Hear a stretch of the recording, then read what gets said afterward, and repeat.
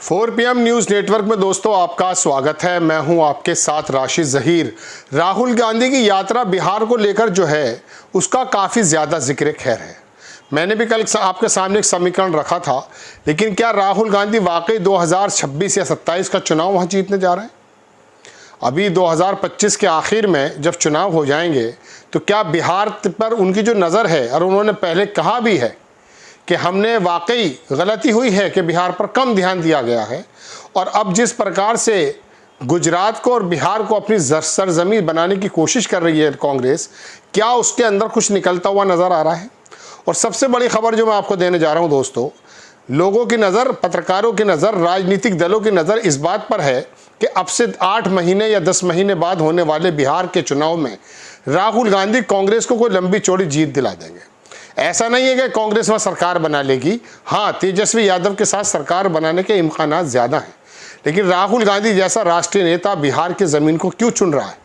आप समझते हैं 2026 का चुनाव उसके मद्देनज़र बहुत बड़ा टारगेट है? नहीं, 2029 की ज़मीन तैयार करने जा रहे हैं राहुल गांधी। बिहार पिछले 2-3 महीनों में 3 चक्कर लगा चुके हैं, और अमित शाह भी लगातार 2 बार, हर महीने में 2 बार जाएंगे। मोदी जी के बारे में कहा जा रहा है कि वो भी हर महीने जाएंगे।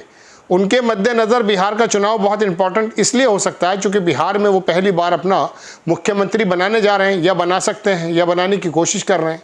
लेकिन राहुल गांधी की नज़र दोस्तों 2026 के विधानसभा चुनाव से ज़्यादा 2029 के चुनाव पर है।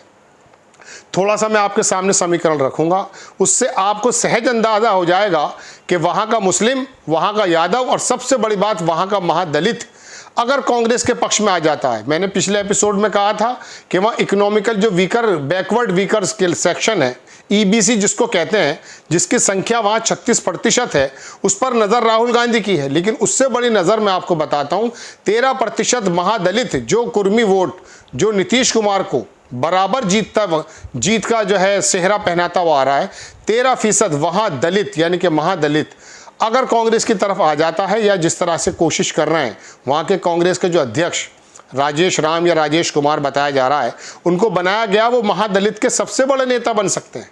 13% महादलित वोट परसेंटेज अगर कांग्रेस के पक्ष में आ जाता है तो याद रखिएगा मेरी बात, वहाँ का मुस्लिम लोकसभा में अगर 50% पर लालू प्रसाद आते हैं तो ठीक, नहीं तो 50% सीटों पर कांग्रेस वहां जीत दर्ज करा लेगी, क्योंकि मुस्लिम प्लस महादलित और नीतीश कुमार का जो खोया हुआ वोट है, जो तब तक बिल्कुल खो जाएगा, नीतीश कुमार की जो हालत है वो कांग्रेस की तरफ आ सकती है। अब आप कहेंगे कि ये जो दिन में सपने देखने की आदत है कांग्रेसियों की, हमें क्यों लग गई है?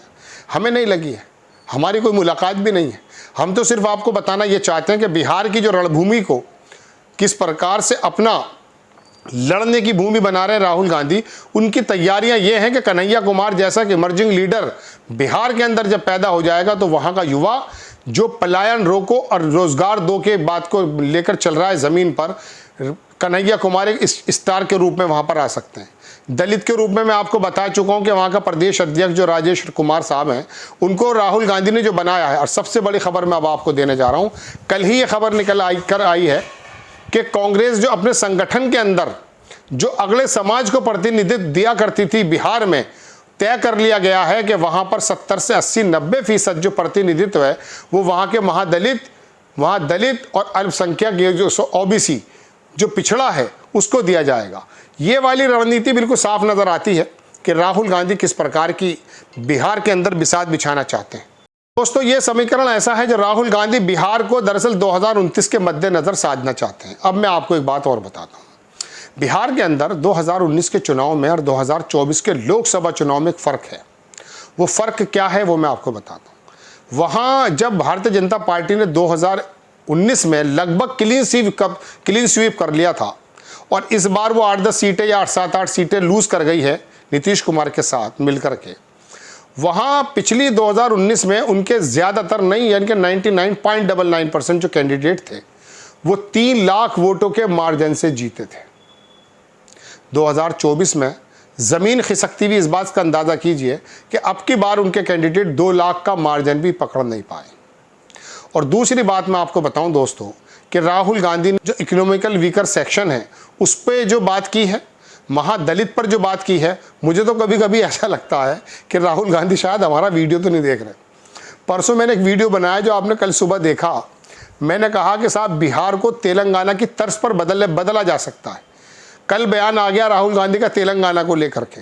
मुझे लगता है मुझे सुन रहे हैं वो हालांकि उनके पास तो लोगों की भीड़ है। खैर दोस्तों, बात यह है कि मैं शुरू से ये कहता था कि भारतीय जनता पार्टी की जो हिंदुत्व की राजनीति पर चल करके वो जिस प्रकार से आई है और जिस प्रकार से अपर समाज को उन्होंने धार्मिक पशु बनाकर लगभग रख दिया है, उसकी काट सिर्फ और सिर्फ वो है जो अखिलेश यादव ने उत्तर प्रदेश में दिखाई, पीडी है। आप जब जातियों का समीकरण कर देंगे तो ये धर्म की लड़ाई जो लड़ते हैं ना ये दरोगा, ये फेल हो जाएंगे। आप रोजगार की लड़ाई लड़ते लड़ते थक गए, लोगों की समझ में नहीं आता। मोरबी का पुल गिरता, मौतें समझ में नहीं आती, महाकुंभ में लाशें बिछ जाती हैं, लोगों की समझ में नहीं आता है।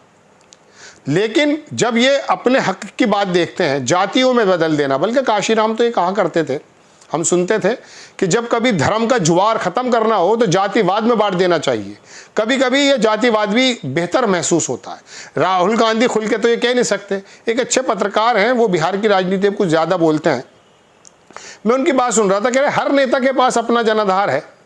यादवों का अखिलेश यादव के पास है, मायावती के पास दलितों का है, जयंत चौधरी के पास जो है जाटों का है, और जो है जनाबे वाला वहाँ मराठों का उनके पास है। राहुल गांधी के पास अपना जनाधार नहीं है। अरे राहुल गांधी एक क्षेत्रीय नेता नहीं है भाई। राहुल गांधी अगर ये किसी एक वर्ग के नेता बन जाएंगे ना तो वो सीमित हो जाएंगे। ये जयंत चौधरी या राहुल गांधी या तेजस्वी यादव या इनको इनसे समकक्ष में लाके नहीं खड़ा किया जा सकता। वो बंदा केंद्र की लड़ाई लड़ रहा है। इसी वजह से मैं आपको दोस्तों बता रहा था कि ये जो इस समय लड़ाई चल रही है बिहार में, ये 2026 के विधानसभा चुनाव की नहीं है। इसके अंदर तो परेशानी बल्कि कन्हैया कुमार से तेजस्वी यादव को हो सकती है। चूंकि वो बिहार की धरती में एक अल्पेश ठाकुर, जिग्नेश मेवानी और हार्दिक पटेल जैसा नेता, मैं शुरू से कहता हूं कि जब तक नहीं खड़ा करेंगे आप, जो अपने अपने वर्गों का आसानी के साथ प्रतिनिधित्व करते हैं, कांग्रेस सर्वाइव नहीं कर सकती। आप बैंकों का घोटाला लेकर आइए, वो अडानी के घोटाले को घोटाला नहीं मानता वोटर, वो आपको उल्टा चोर समझने लगता है। पहले किसी ज़माने में किसी फिल्म में स्मगलर नज़र आता था तो लोग सोचते थे, आज स्मगलर की कोठी देख के हैरत में जाते कि मुझे ये मौका मिल जाए तो मैं दुनिया का सबसे बड़ा स्मगलर बन जाऊं। लोगों की टेंडेंसी में बड़ा फ़र्क आया है। तो दोस्तों बात यह है कि आज जो है ना, भ्रष्टाचार के मद्देनज़र राहुल गांधी सरकार नहीं बदल सकते। सबसे पहले सरकार को लाने के लिए, अब हालांकि हर आदमी मशवरा देता है, राहुल गांधी के जानते नहीं है। बात यह कि मशवरा तो लेना ही पड़ेगा किसी न किसी का। एक बड़े पत्रकार है, बूढ़े, वो कह रहे यार राहुल, 1000 आदमियों से मेरी मुलाकात हुई, 998 लोगों ने राहुल गांधी कांग्रेस कैसे जाए मशवरा देने लगे। क्या राहुल गांधी को कुछ पता नहीं है? वाकई बहुत कुछ पता है। तो क्या 998 को भी कुछ नहीं मालूम? तुम बूढ़े आदमी हो, तुम्हें पता होगा। दरअसल एक नई बात चलती है, हर एक पत्रकार ये भी समझता है कि मेरी खिड़की से आसमान दिखता है। मैं अभी लखनऊ के अंदर कुछ पत्रकारों से मिला, जो बुजुर्ग, जिनको मैं सुना करता था, बड़े पुराने पत्रकार हैं, तजुर्बेकार लोग हैं, इतना सा हाथ दे रहे हैं वो हाथों में। अगर तू 50 साल पहले दुनिया में मुझसे आ गया तो भाई इसमें मेरी गलती क्या है? लेकिन पुराने जो दौर देखा था ना, वो वोटर्स वो बदल गए, वो दर्शक बदल गए। घर के अंदर बैठ करके और जमीन पर चलते हुए प्रभाव को नहीं पहचान पाएंगे आप। आज जमीन बदल दी है। रवीश कुमार कह रहा कि उसने वोटर बदल दिया है। भाई दर्शक बदल दिया है। आदमी अब धर्म के एतबार से सोचने लगता है। खबर देने वाले का नाम से पता करता है वो कि मुझे सुनना है नहीं सुनना, क्योंकि मालूम है कि राशिद जहीर सत्ता से सवाल करेगा, सुधीर चौधरी सत्ता की चाटुकारिता करेगा, मोदी जी को बुरा सुनना ही नहीं चाहता है। तो दोस्तों ये टोटल समीकरण हैं कि जो 2026 की ना होकर के 2029 की लड़ाई राहुल गांधी बिहार में लड़ रहे हैं, जो मैंने आपके सामने समीकरण रखा। आपको खबर कैसी लगी अपनी राय कमेंट्स बॉक्स में जरूर दीजिए। चैनल को सब्सक्राइब कीजिए, शेयर कीजिए। नेक्स्ट टाइम मैं किसी खबर के साथ हाजिर होता हूँ। जय हिंद।